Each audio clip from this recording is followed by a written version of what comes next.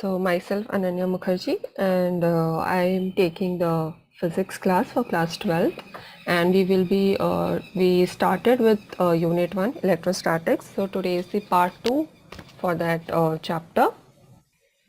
So till yesterday we came up to till the last part we came up to electric field.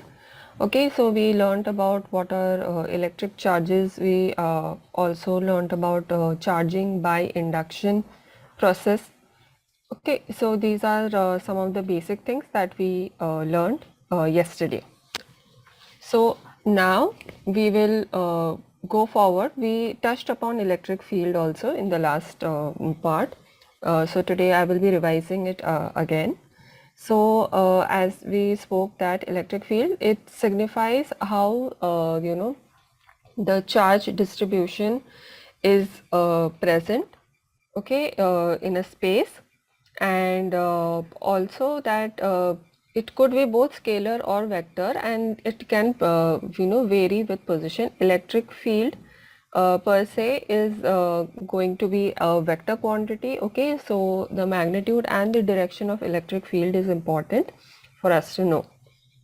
So we learned yesterday in the last class about the Coulomb's law and how we can find out the electric force between two charges by using the Coulomb's law. Okay, so Coulomb's law states that force is inverse is directly proportional to the product of the two charges that are present, and it is inversely proportional to the square of the distance between the two charges. And this 1/4 pi epsilon 0 is the constant of proportionality, that is K. Okay, so this is something we saw with Coulomb's law, how we can give the electric force. So the electrostatic force between the charges, it is the interaction, okay, between the charge Q and the electric field, that the Q, the capital Q is because of the presence of the capital Q charge, the electric field that is present. Okay, so electrostatic force is the interaction between the charge Q and the electric field due to capital Q, and it is also the vice versa. Okay, so that is why we can denote electrostatic force, okay, is equals to Q, that is the small q, and E is the electric field due to the capital Q charge. So we can then define that the electric field due to a charge Q at a point in space may be defined as the force that a unit positive charge would experience if placed at that point. Okay, so the force experienced by the small q charge, okay, because of it being placed in the space, in the electric field that is being caused by the charge capital Q. So this is electric field. Now we know that in the previous slide we were talking about two charges. Okay, two charges. The capital Q would be said to be the source charge. Source charge, why? Because we are considering the electric field generated or electric field due to the presence of charge capital Q, and the small q, okay, the small q would be called as test charge. So now we are going to consider, okay, what is going to happen due to like what would be the electric field, or how you are going to represent the electric field due to a system of charges. Okay, so electric field E1 at R due to Q1 at R1 is given by this formula. So we are considering this point, okay, so we are going to understand what is the electric field, okay, at point P due to the charges that are present over here. So that is Q1, Q2, Q3, Q4. Okay, so we will try to understand what is the electric field E1, okay, at a distance R, okay, at R, at the position R, due to the charge Q1, okay, which is at a distance R1. Okay, So R1P, that the unit vector that is present over here, it is the unit vector that is in the direction from Q1 to P. Okay, so that is the unit vector, and there shouldn't be this cap over here. Okay, so the cap R1P is the distance between Q1 and P. So again, previously when we first including the F is equals to Q, F is equals to QE. Okay, this we found in the previous, this we saw in the previous slide. So electric field is equals to F by Q. Okay, so this is what we find. Okay, so this is how the electric field is given. Okay, and so in similar manner we can see that we can find the electric field due to the other charges also. So if you consider Q1, Q2, Q3, okay, so we are going to consider all the different charges over here, and we are going to consider all the electric fields, okay, due to E1, due to the charge, okay, at R, due to the electric field at this point, okay, due to the presence of every particular charge over here. So you will have E1, E2, E3, okay. So that is why we say the similar expressions of electric field will be holding good for all the different charges.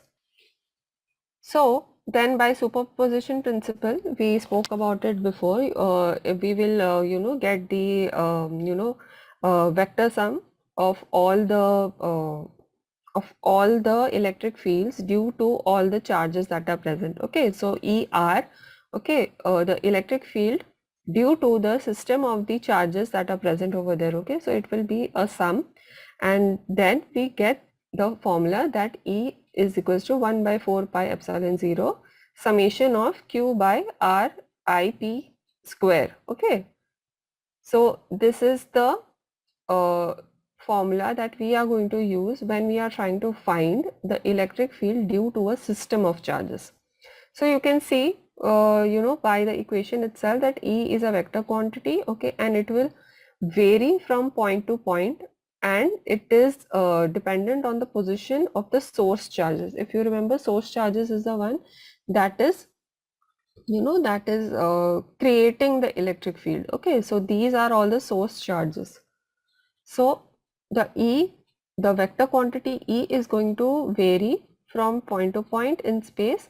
Okay, suppose you try to calculate another point Q over here. Okay, so the electric field that is experienced by Q will vary from that is being experienced at point P. So that is why this statement suggests that E will vary from one point to another point, and it will be determined from the position of the source charges. So now we understood what is electric field. Okay, so now how do you understand whether the electric field is strong or it is weak? Okay, what is the density, like how intense it is at one place? So to understand that, we have another term that we need to know, that is the electric field lines. Okay, so what are these electric field lines? They are vectors that are pointing along the direction of the electric field, and their lengths are proportional to the strength of the field at each point. Okay, so we know that we saw by the this equation that electric field also is inversely proportional. Okay, it is inversely proportional to square of the distance. Okay, inversely proportional to the square of the distance between the point and the charges. Okay, so similar way we can see that as we go away from the charge, you see the lengths of the arrows are decreasing.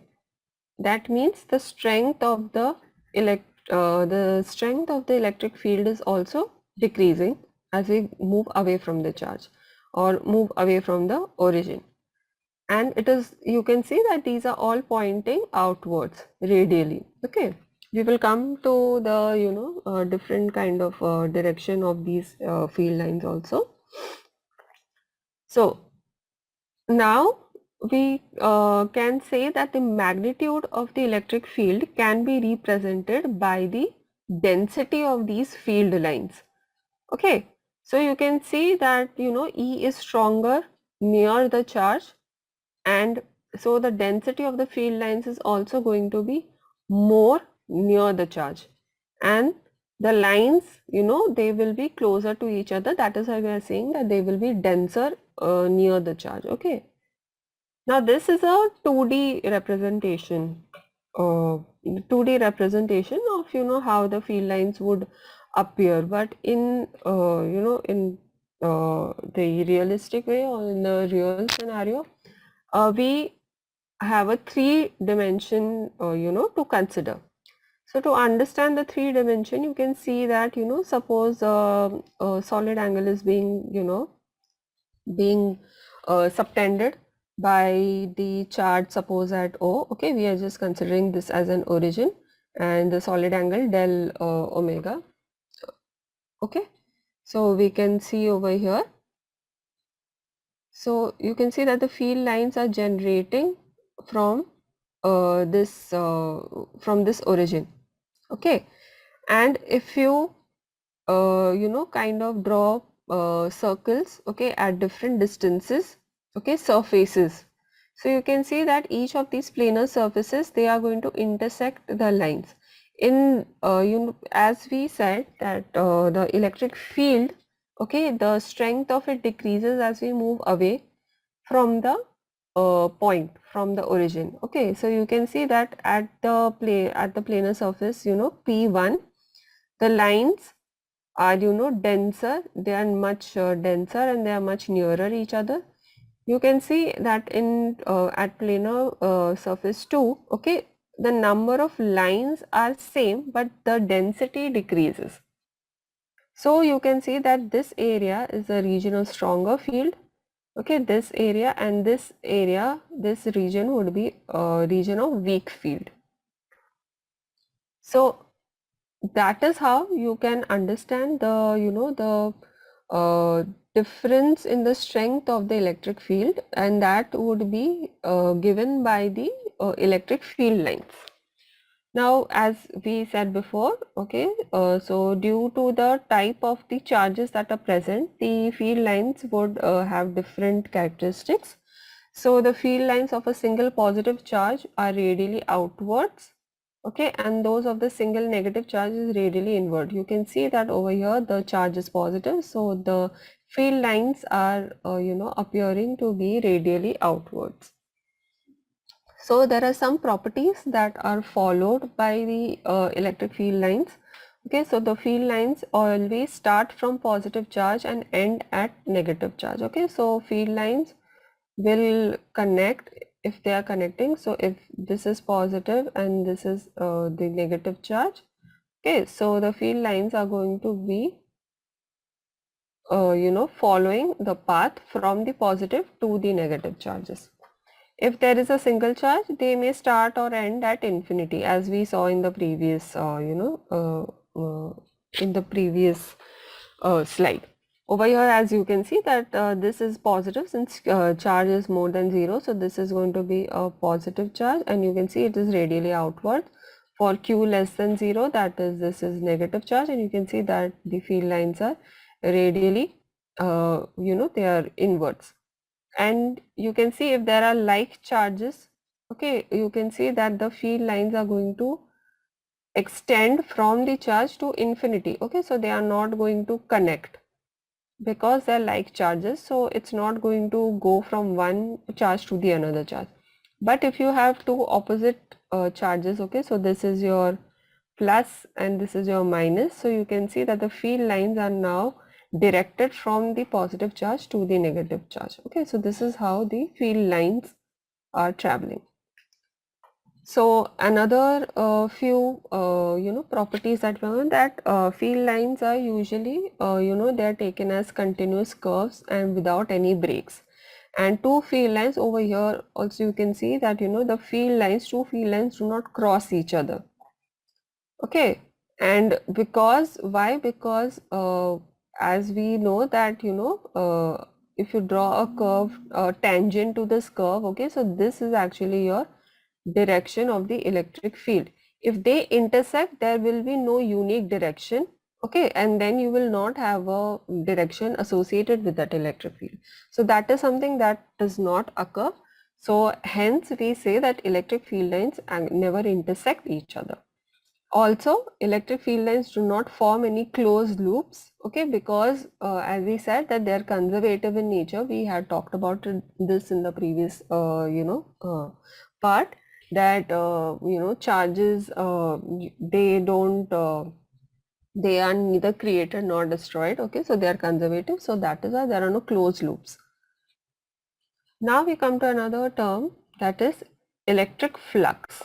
Okay, so suppose we consider a surface area, okay, an element area del S over here, okay, and this is normal to your E, okay, as you can see here also.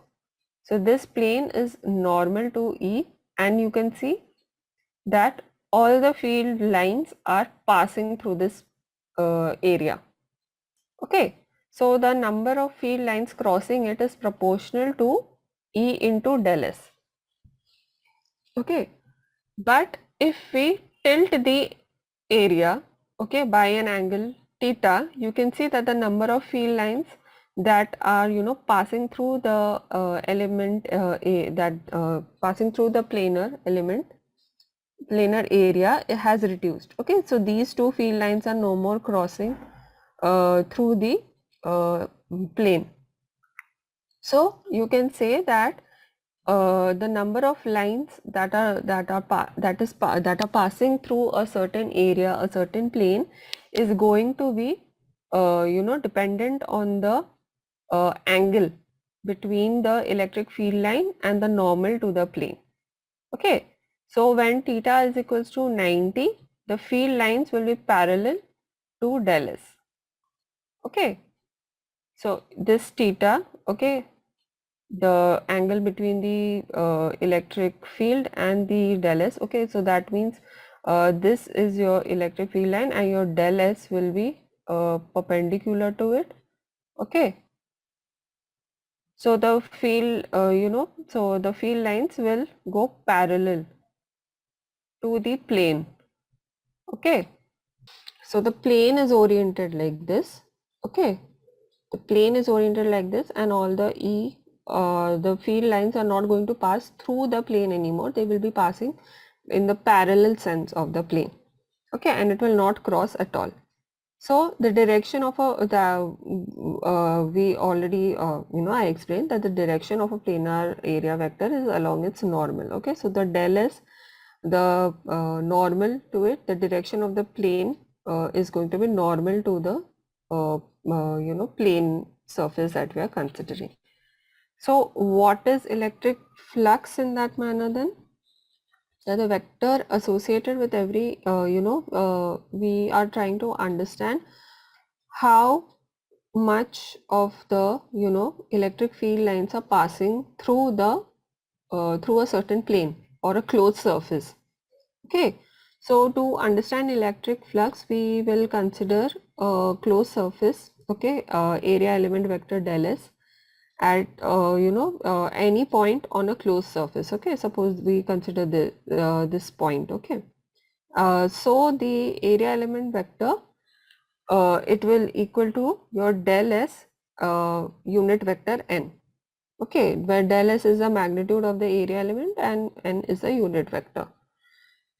So what is electric flux? The total number of electric field lines passing a given area in a unit time. Okay, so at a given time, the total number of electric field lines passing through a given area is said to be electric flux. So phi is electric flux is denoted by phi. Okay, so we try to calculate the del phi through an area element del S. Okay, so when we are considering just an area element, okay, so we are going to find the electric flux that is del phi through that elemental area. Okay, so that is given as a dot product between the electric field and the magnitude of the it's given as the dot product of the electric field and the element and the area element. Okay, so that is del S. So dot product when you consider it in the direction sense, it will be E del S cos theta. So this is the formula for finding electric flux. Okay, so if theta is equals to 90 degrees, so it will be 1. Okay, you remember that what was the theta? Theta is the angle between the electric field and the say del S. Okay, that is the normal to the plane that is present. Okay, so this would be theta and this is your del S and this is your E. Okay, so the unit of electric flux in SI units is given as Newton per Coulomb meter square. Okay, so now we consider the flux through one area element. Okay, so now if you want to calculate the total flux through any given surface, we will divide the surface into small area elements. Okay, calculate flux at each of those elements. Like over here, if you see, like suppose this is one area element you consider n the area element. Okay, so you have all these different area elements that we will consider that will enclose the entire surface. We will calculate the flux at for every area element, and then we will use the formula that we mentioned before. So it will be a summation. Okay, so it will be a summation of the dot product between the electric field and the all the area elements that we have considered. So we learned about the electric field, how we can understand the strength of the electric field by representing it as electric field lines. Then we understood electric flux, which gives you an idea about how many how many field lines are passing through a certain area. Yeah, so we learned about those terms. Okay, so now we will move to electric dipoles. So what is a dipole? So if we consider a pair of opposite and equally charged, equal and opposite point charges. Okay, so there is plus q and there is minus q. Okay, and they are separated by a distance 2a. Okay, so they are separated by a distance 2a. Okay, so this pair of equal and oppositely charged point charges, okay, separated by a distance 2a is called an electric dipole. So usually and we consider a midpoint, okay, between this, that is your center of the dipole. Okay, we are denoting it as O over here. Okay, so the line connecting the two charges defines the direction in space. So by convention, the direction for the dipole is going to be from minus q to plus q. Okay, so this is the direction. Okay, this is the direction of the dipole. And as I said, the midpoint of the location of the location of the plus q and minus q is the center. And the total charge, because we said that there is equal and opposite point charges are present over here. Okay, so that is going to generate a total charge of 0. Okay, but that does not mean that the electric field that is present due to the presence of these point charges is not there. Okay, so there is electric field present. But if we consider that the distance between plus q and minus q is much larger than 2a.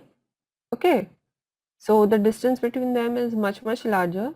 Then the fields due to q and minus q will almost cancel each other out. Okay, and the electric field due to that dipole will not exist anymore. Okay, at much larger distance, as you remember that the electric field varies with respect to the inverse square law. Okay, it is following the inverse square law, that is the electric field will reduce with increasing distance in the square of the distance between the two charges.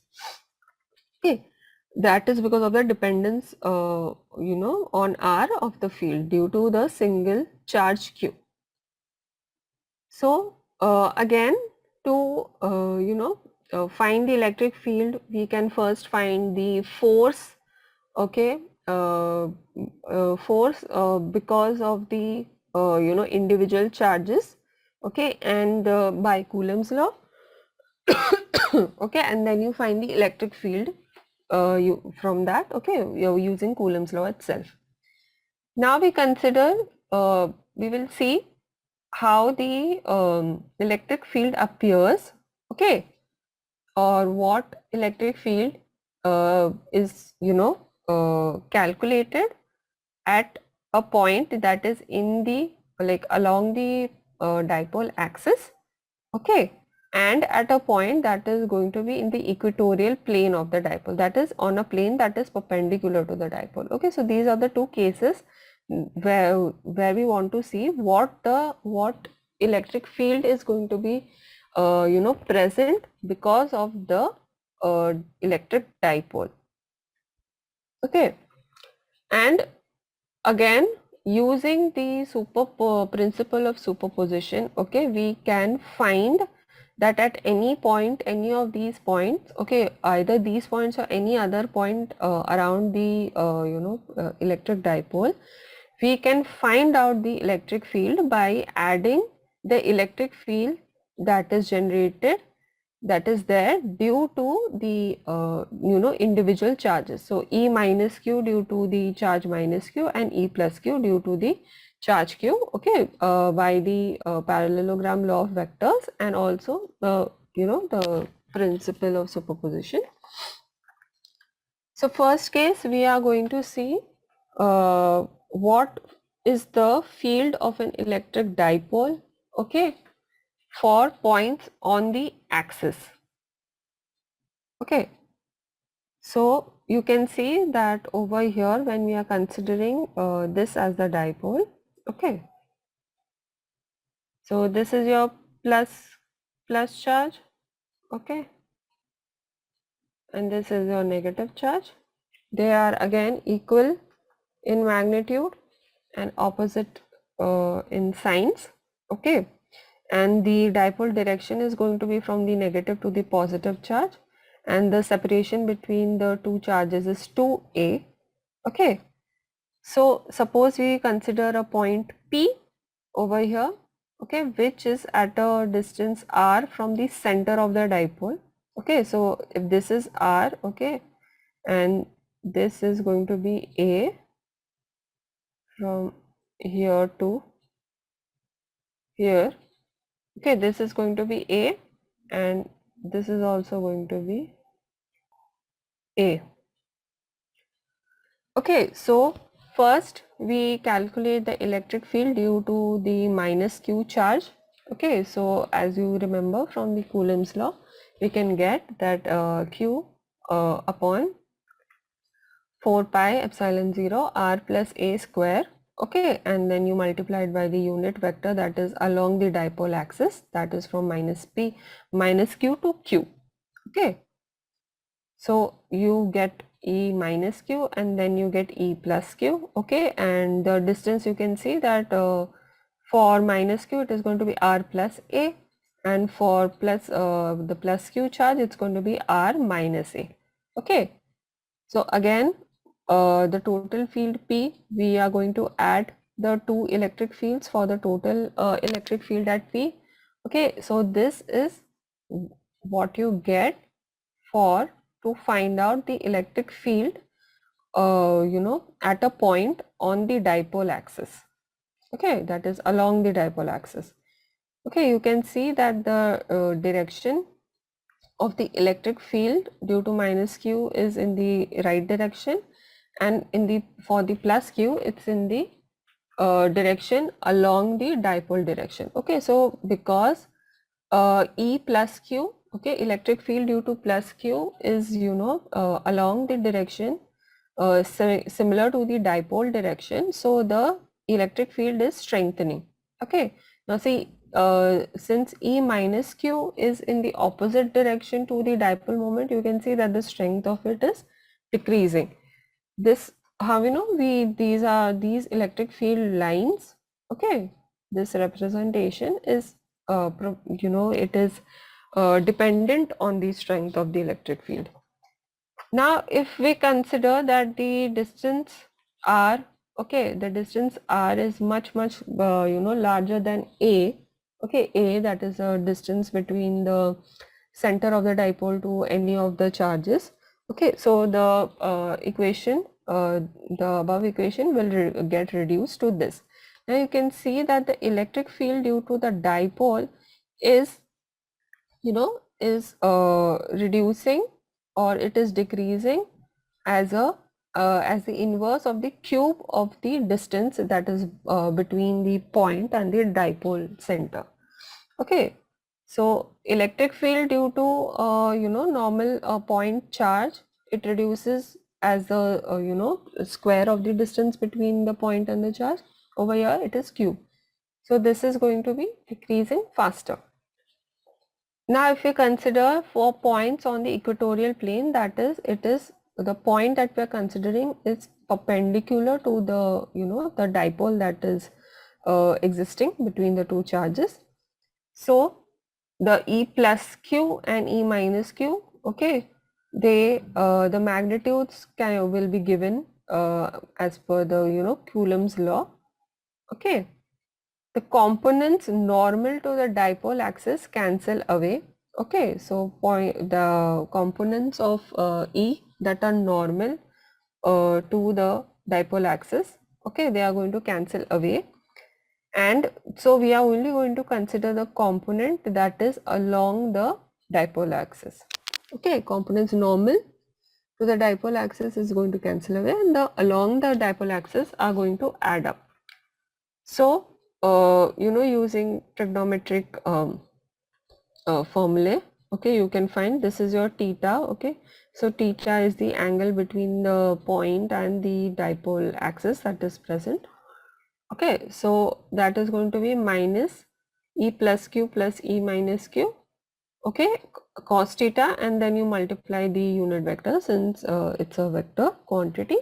So this is what you will get, okay, for to find the electric field due to an electric dipole, okay, for a point that is present on the equatorial plane that is perpendicular to the dipole axis. Then again you see that with larger distances it will get reduced to this equation. Again you will see that electric dipole is it's proportional, it's inversely proportional to the cube of the distance between the point and the center of the electric dipole. So we can say that dipole field at large distances will not involve Q and A separately. Okay, so it will depend on the product QA.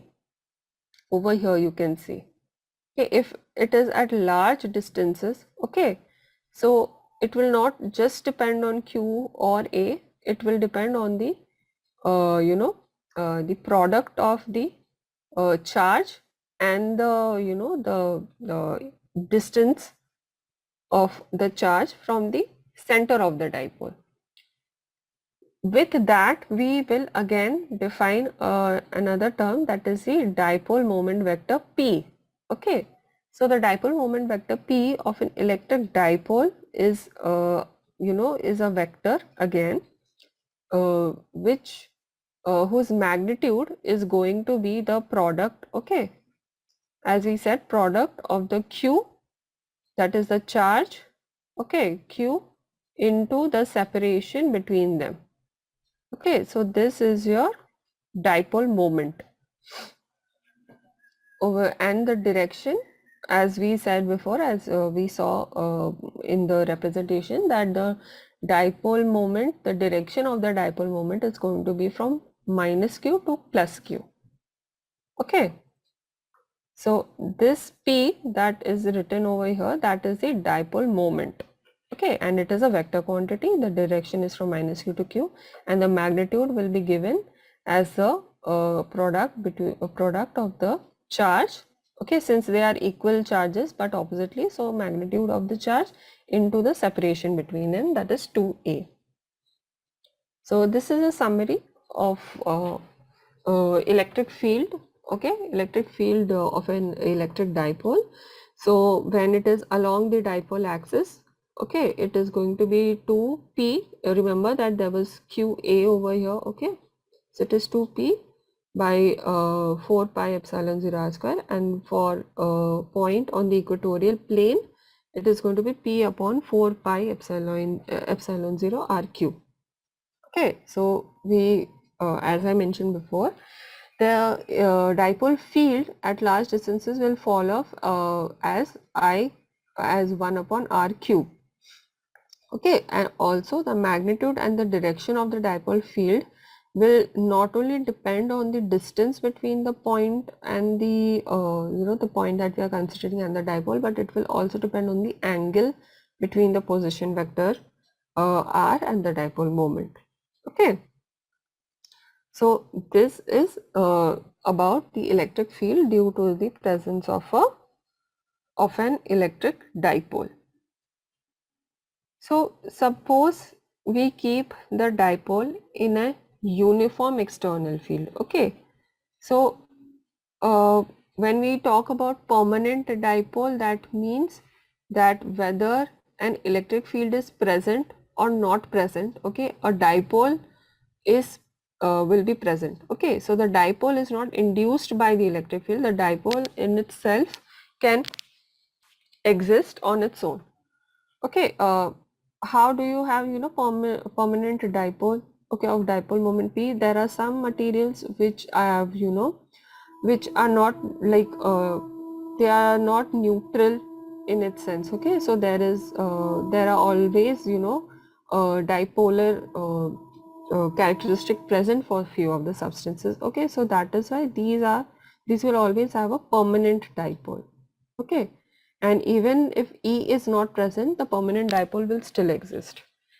So we know that electric field is an interaction between the force and the charges. Okay, we saw it before. So these charges that are existing, okay, there is a force acting on these charges, and the net force, okay, because it's minus QE and QE, okay, minus the net force of this dipole would be 0. Okay, since we are considering E as uniform, but we know that the charges are separated. Okay, since they are separated, the forces that will then act on it is going to be different. Okay, and because the forces that are acting on these charges that are separated by a distance, okay, so there is going to be a difference in the direction of the forces, and that is why what results from this is a torque. Okay, so there is a torque that is acting on a dipole when it is placed in a uniform external field. If the net force is 0, okay, if the net force is 0, the torque is going to be independent of the origin. Okay, but its magnitude, like we will consider its magnitude, which will be equal to the magnitude of each force multiplied by the arm of the couple. Okay, what is the arm of the couple? That is the perpendicular distance between the two anti-parallel forces. Okay, so you can see that these are anti-parallel forces. Over here the direction is downwards, and over here the direction is upwards. Okay, So these are anti-parallel forces. So the torque that we are going to consider, the magnitude of it is going to be magnitude of the force, okay, that is acting on the two charges or of the dipole, and it is multiplied by the distance between them. Okay, so what is my QE multiplied by 2A sine, this is supposed to be theta. Okay, so this is theta. So QE is the force, okay, into 2A. 2A is the distance between the two forces that are acting, sine theta. Okay, theta, as you can see over here, it is the it is passing through the central point, and this is the the angle over here. What is, how do we know that the torque is present? Okay, so the direction of the torque is going to be normal to the plane of the paper. So if this is the plane of the paper, the direction of it is going to be normal to the paper, and it is going to be coming out of the paper. And the magnitude over here, okay, so if you say 2qa e sine theta, okay, if you remember when we spoke about dipole moment, okay, so P is equals to Q into 2A. Okay, so we will replace this term with P. So the magnitude of P cross E, because it's a sine, we saw that it's sine theta, it's a cross product. Okay, so the magnitude of P cross E is also given as PE sine theta, okay, and its direction is normal to the paper. So the formula that we are going to consider to understand torque due to the presence of a dipole in an uniform external field is tau is equals to P, that is the dipole moment vector, into electric field. What is the significance of this torque? The torque will always try to align the dipole with the field with the electric field. Okay, so if the dipole moment is aligned with E, the torque is 0. Okay, aligned over here, if like these are aligned with E, okay, so there is no torque. Okay, so the force on minus Q and plus Q is keeping it still, there is no torque. Over here also it is in, it's aligned with E, okay, the direction would be different, but still there is no torque. So the force depends on the orientation of the dipole with respect to E. Okay, the force will only the force is only there when the orientation, the force whether it is going to produce the torque or not, it depends on the orientation of the dipole moment with the electric field that is present due to the dipole. So till now we have been considering point charges, discrete charges, okay, but that is only useful for mathematical simplification. But usually what we try to understand that electrostatic force is, there is a continuous charge distribution. Okay, electrostatic force will be there because there is a continuous charge distribution that is either enclosed by a surface or by a linear surface or a volume. Okay, so continuous charge distribution can occur in all of these configurations. So if we are considering a line, okay, if we are considering line charge distribution, okay, this is a we are considering the charge as the line charge distribution over here. Sorry, yeah, this is the line charge distribution, this is the linear element that we are seeing. Okay, so by definition we can give this as for that one line element, okay, the del Q is the charge that is present divided by the line element, the length of the line element. Okay, so this will give you the linear charge density. Similarly, we can find out surface charge density. Okay, how much charge is present in one element, area element. Okay, so that is again going to be the del Q upon del S. Okay, amount of charge present in that area element. Okay, similarly we can find that out for volume charge density too. So lambda is linear charge density, sigma is your surface charge density, and rho is your volume charge density.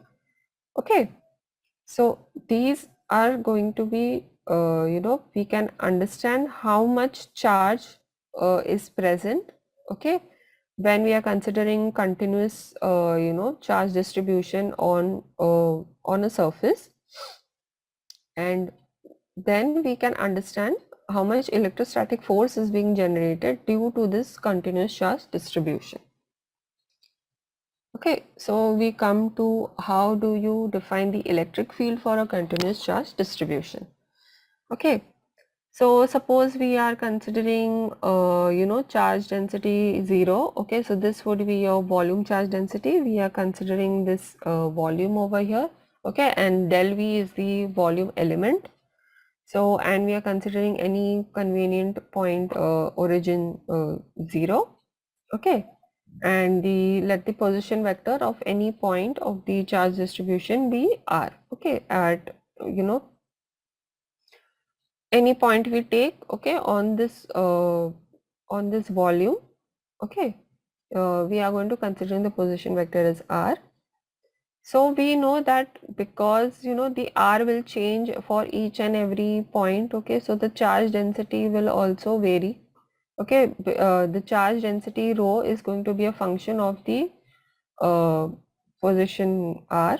Okay, so to get the electric field of the entire entire volume, we will first divide this volume into smaller volume elements of size del V, and the charge in a volume element will be given as the as we remember, the rho is equals to del Q by del V. Okay, so del V will be the charge for each volume element is going to be rho into del V. Okay, and now we will consider any general point P, and we will try to understand the electric field, okay, that is present over here. Okay, that is being experienced at point P due to this continuous charge distribution within the volume that we are considering. Okay, so due to the charge rho del V of this volume element, the E can be found out using the Coulomb's law. Again, in place of Q over here, we are going to put rho del V, and R prime is the distance between the charge element and P. Okay, this element and P. So that is going to be your R prime, and R prime is the unit vector, which is the direction between from the charge to the point P, from the charge element to point P. Again, then by superposition principle, we will find del E for different volume elements. We consider one here, and we calculate the electric field at point P due to each of these due to each of the volume elements, the charge that is present in the volume elements. We will find all the del E's, and then we are going to add them up. So it's going to be a summation again. So this is going to give you the electric field that is that we are measuring at point P due to the entire volume that is present over here. Okay, so using Coulomb's law and superposition principle, we can find the electric field for any charge distribution. Okay, it can be irregular or it can be regular. Okay, and it can be both discrete or continuous. Now we know how to find for continuous. Okay, we had already found out how to find the electric field for discrete charges. Okay, so uh, this is for the continuous charge distribution. You can find it for a surface, for a volume, as well as for a line charge distribution. Okay. Now we come to a very important Gauss law. Okay, so Gauss law actually deals with the electric flux, and the total flux that is going to be through say a volume. Okay, so over here to explain Gauss law, we are going to consider a sphere of radius r, and uh, the entire surface of this sphere is going to be divided into small area elements, okay, del s, as you can see over here. Okay, so each of this this entire sphere we can kind of divide it into different surface elements, and we are going to see how much flux is going, how much flux is there through each of these surface area elements. Okay, so to find the flux through an area element, you remember that flux is equals to electric field into the it's a dot product between the electric field and the surface area and the area element. Okay, so again using Coulomb's law, we can see that it is going to be q by 4 pi epsilon 0 r square.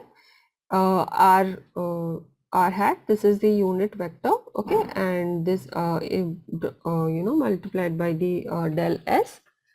So we have used Coulomb's law for this, and unit vector r, you can see, is the is going to be along the radius, okay, from the center to the area element.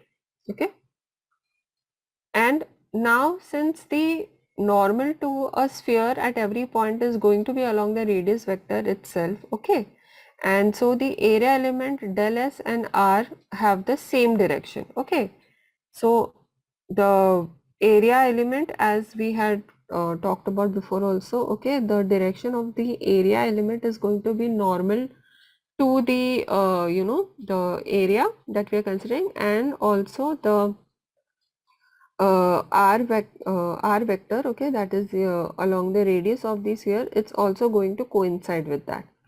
Okay, so since it's going to be along the same direction, therefore we can say that the vector is going to be a unit vector. Okay, r hat is going to be a unit vector, and that then we can find del phi for every surface area element. Okay, for every area element we can find del phi, that is the electric flux, using this formula, and then the total flux through the sphere we can find it out by adding up all the flux through all the different area elements. Okay, so again this is going to be a summation of all the fluxes, of all the flux values for the different area elements. Okay, and that is why then you can give that the flux through the electric flux through a sphere is going to be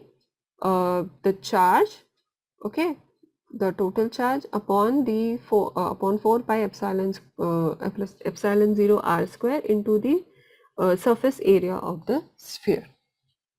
Okay, now we know that the surface area of a sphere is pi r square. Okay, so we multiply that and we get that the flux is actually dependent upon the charge of that is enclosed by the sphere upon the permittivity of the space. Okay, permittivity of the space that where the sphere is existing. Okay, so this is a simple illustration of the general result of electrostatics, that is called Gauss's law. Okay, so what is Gauss law? Gauss's law gives the total flux linked with a closed surface, okay, which is inverse, which is inversely proportional to the permittivity and it is multiplied by the charge Q enclosed by the closed surface. Okay, so it implies that the total electric flux through a closed surface is 0 if no charge is enclosed by the surface. Okay, so if Q is equals to 0, your flux is also going to be 0. Okay, so that is the significance. So then as with the formula that we have got over here, electric flux is going to be dependent on the charge enclosed by the surface and the permittivity of the space. Okay, now we can consider a cylindrical surface which is closed, okay, and its axis is parallel to the uniform field E. Okay, so the total flux phi through the surface is going to be the flux through all the surfaces of the cylinder. Okay, so this is one surface, this is two surfaces, and this is third surface. Okay, now phi 1 and phi 2 are going to, it is representing the flux through 1 and 2, that is, the circular cross sections of the field, and phi 3 is along through the curved cylindrical part of the closed surface. Now you can see that the normal to the surface 3 at every point is perpendicular to E. Okay, so this is the normal to this. Okay, these are all perpendicular to E. Now if these are perpendicular to E, so the flux or the field lines are not going to pass through the third one. Okay, if they are not passing through the third surface, okay, so the electric flux is going to be 0 because of that. Now for surfaces 2 and 1 and 2, okay, so the electric field lines are going to pass through it because it's in the direction of the electric field, so there will be electric flux present. So now to calculate electric flux, we can again, as we saw before, so you are going to multiply the electric field with the surface area of that surface. Okay, so you will get phi 1, phi 2. Okay, and suppose we know that this is cylinder and surface of 1 and 2 are equal, so we are going to consider both S1 and S2 as S, okay, which is the circular cross section of the cylinder. And then we can see that if they are equal, okay, if the surface is going to be equal, okay, so the flux is going to be 0 as per the Gauss's law. Okay, so you add this up, okay, we saw summation, so these two will cancel each other out and the flux is going to be 0. Okay, this is the significance of the Gauss's law. This is how we understand the electric flux through any closed surface. So some properties that we see for Gauss's law, that it is true for any closed surface. Okay, it can be irregular shape or size, it can be uniform or not uniform. The term Q on the right side of the Gauss's law, okay, so Gauss's law was what? Okay, we saw over here phi is equals to Q by epsilon 0. Okay, phi is equals to Q by epsilon 0. Also phi is equals to E dot S. Okay, so we are seeing these two.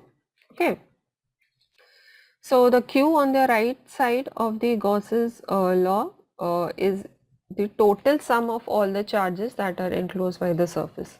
Okay, so this is another general important point that we have to remember. If the surface chosen to see whether Gauss's law is holding good or not, okay, so the Q that is present, okay, so the electric field is due to all the charges.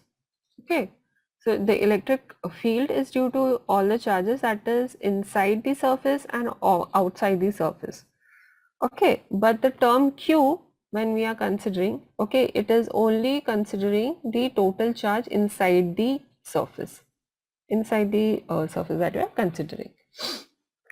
The surface that we choose for the application of Gauss's law is called the Gaussian surface. Okay, any surface you can choose, and you will try to see if the Gauss's law apply or not. So if it is Gauss's law is applying on the surface, it is a Gaussian surface. The Gaussian surface should not pass through any discrete charge, okay, but it can pass through a continuous charge distribution. Gauss's law is also often useful to when the system has symmetry, okay, and you can induce this symmetry by choosing a suitable Gaussian surface. Okay, so it will be much easier to calculate your flux. And again you can see that the Gauss's law is based on the inverse square dependency on distance. Okay, that we can also see in the Coulomb's law. So any violation of Gauss's law will indicate departure from the inverse square law. So if any time you are applying Gauss's law, okay, and it is not following the inverse square law, then it is not following the Gauss's law, because Gauss's law also depends on the inverse square law. Okay, so we will stop till here, and for the next class we will pick up with Gauss's law and also application of Gauss's law.